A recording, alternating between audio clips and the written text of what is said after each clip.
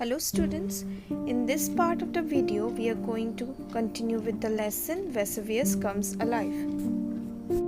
24th August. The morning began very hot, hotter than a normal August day. But Pompey's market traders did not notice this and began to set up their stalls in the forum. So it was 24th August when Vesuvius exploded. That day, the morning was not like the other days. It was more hot than usual.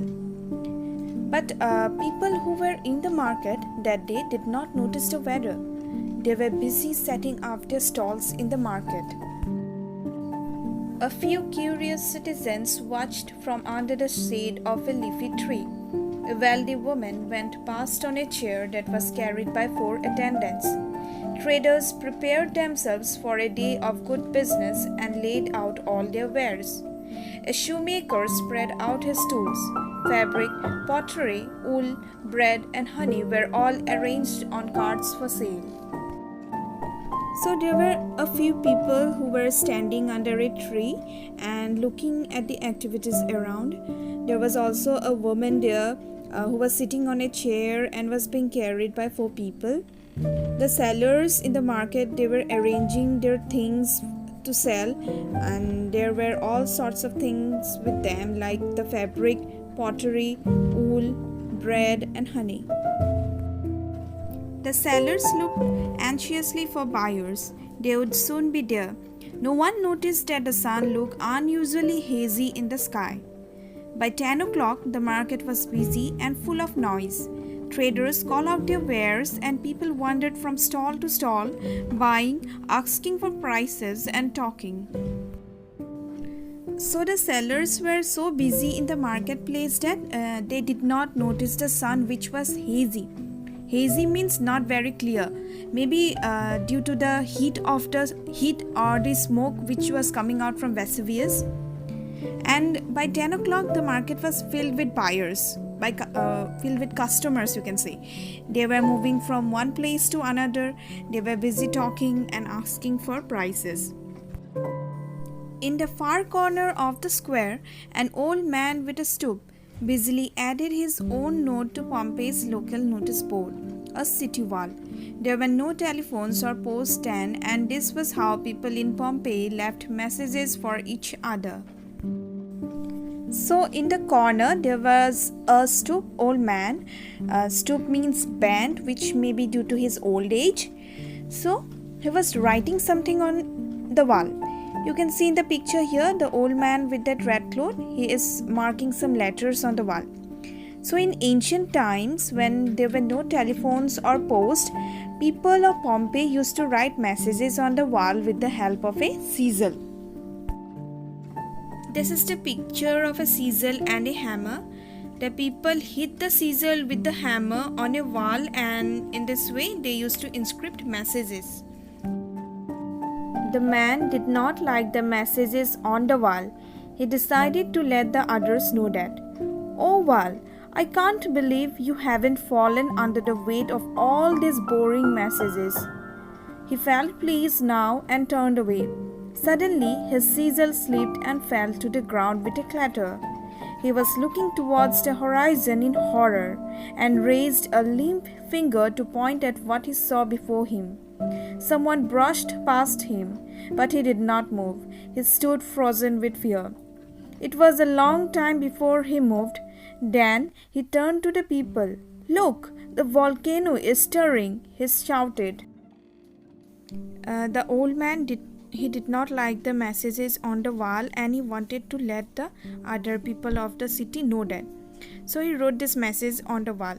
"Oh wall, I can't believe you haven't fallen under the weight of all these boring messages." After writing this, he felt relaxed, and when he turned, his chisel fell down. He looked towards the horizon and he saw something which made him filled with horror, and he became still and unmovable. After some time, he turned to the people around and told them to look at Vesuvius, because the mountain seemed like it's alive. Passers-by looked back over their shoulders to see what he was pointing at. caps, and nervous laughs filled the air. But no one listened. They just shook their heads and turned their backs. They smiled to themselves and thought, the gods are angry again, and they went back to whatever they were doing.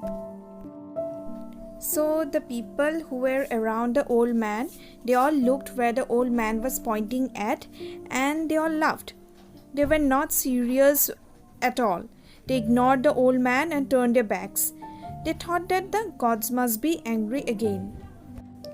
In olden times, people used to think that all the natural disasters like earthquake, volcano, flood occurs when gods are angry. So they were not serious. They thought that the gods are angry again, and that's why the Vesuvius was making sounds and releasing out smoke. Why aren't they listening to me? Thought the man worriedly. Then he knew why. The people of Pompeii were used to Vesuvius rumbling and spewing out smoke now and then. Only he seemed to remember the earthquake of a few months ago. He realized that the two events were somehow connected. The old man, he was worried because nobody was listening to him and they were busy in their work. Then he thought, why the people were acting like this? After some time, he remembered that the people of Pompeii often heard Vesuvius rumbling or making sounds and releasing out smoke, so it was like a normal thing for them. The old man was the only one who examined the matter properly, and then he remembered the earthquake which occurred a few months before, and he felt a connection between the two events, the earthquake and Vesuvius rumbling and releasing out smoke. For a while, he stood watching the thin column of smoke which came out of the top of Mount Vesuvius. Then suddenly, he turned and ran fearfully towards his house. As he ran, a flake of ash fell on his tunic as gently as a flake of snow. He brushed it away. It left a dark smear on the pale linen. When he reached home at last, he found his wife sitting next to the fountain in their garden. He pulled her roughly to her feet. "Leave," he said. "We must leave now. Get everything you can and let's run."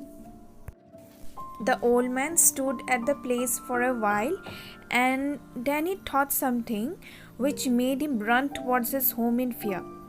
And as he was running, a flake of ash from the smoke of Vesuvius fell on his cloth. Here, tunic means cloth. As soon as he reached home, he pulled his wife roughly, who was sitting near a fountain, and he asked her to pack everything they can and leave from that place. "But where?" she asked him in surprise. "Away from that," he shouted. She followed his finger. He was pointing at Mount Vesuvius far behind them. An hour later, they hurried down the street towards one of the city gates. From one of the doorways, a woman called to her children to come in. "We are taking shelter," she told the old man and woman as they passed by. "With luck, we will be safe in the house."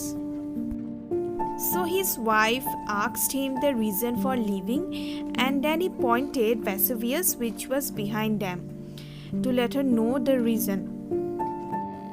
They headed towards the city gates, and as they were leaving, they saw a woman calling her children to get inside the house, because they normally do that when Vesuvius rumbles. She told the old man that they were taking shelter and they hoped that they will be safe inside the house. "No, you won't be. No, you won't. Leave with us," shouted the old man. He always predicts terrible happenings, people thought. This is one of them, and no one except his wife believed they would come true. So when the woman said that they hoped they would be safe inside the house, the old man shouted at her and told her that it is a very bad decision and asked the woman to leave the city with them. So the people of the city thought that the old man always predicts bad happenings from the future, and this might be one of them. So they did not believe the old man, and it was only his wife who believed him. But the others were wrong. As the hours went by, the column of smoke which streamed out of the volcano grew stronger and larger. Then Vesuvius began to explode. Pumice stones rained down. The sky turned dark and the earth shook. But the people of Pompeii were used to quakes and tremors. All they did was go indoors as they always did when Vesuvius rumbled. They did not know then that they and their city would soon be buried under 60 feet of ash and mud. So as the hours went by, the smoke which was coming out from Vesuvius became more huge and stronger. The sky, it became darker and Vesuvius exploded. In that explosion, many volcanic rocks came out from Vesuvius, and the land also began to shake. But the people of Pompeii, as they have experienced a lot of quakes, they did not fear, and what they did is that they went inside the house. They thought that they would be safe inside. They had no idea that the whole city would get covered under ash and mud.